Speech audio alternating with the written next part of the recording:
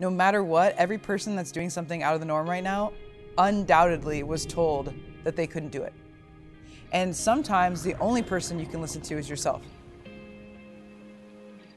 Sometimes there's literally no one else, not one person, that can see your vision and see what you're talking about, because people don't see those things and they project their own insecurities and their own fear of failure onto you because they can't see what you can see.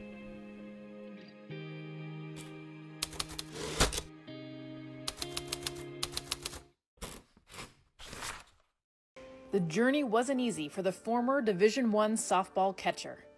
Despite an impeccable resume which included 2 degrees in sports performance and 5 baseball internships, Rachel was being overlooked by major league teams. I applied for a bunch of jobs and just got crickets, nothing back. I was hired full-time into baseball in 2014 and nothing happened, right? I was probably one of 2 or 3 women total in all of player development. And I didn't even have an Instagram, right? Nobody called me for an interview. And now we're seeing so much visibility for women, so many opportunities. And it's changed massively, rapidly. My path originated in the strength and conditioning field. And so I got into professional baseball in 2012, originally as a rookie league strength and conditioning coach for the St. Louis Cardinals. And since then I've spent a lot of time in different roles: minor league strength and conditioning coordinator for the St. Louis Cardinals, Latin American strength and conditioning coordinator for the Astros. And along that way, I picked up some pretty phenomenal mentors in the area of hitting.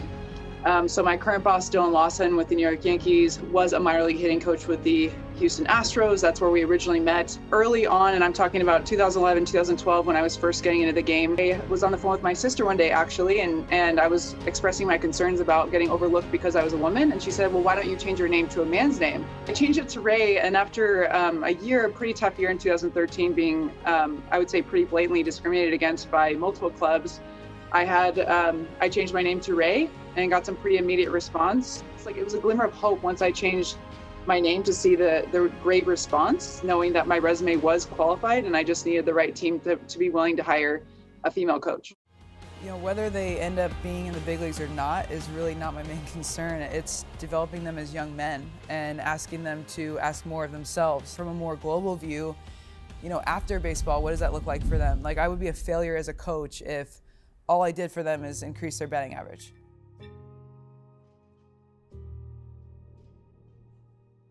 My main goal for them is to become better men and to treat themselves better, ask more of themselves, so that in turn they can ask more of, you know, their family, and they can treat their wives well, they can treat their daughters and their sons in the future well. That's my main goal. It really has nothing to do with baseball, but baseball is the medium or the vehicle to get them there.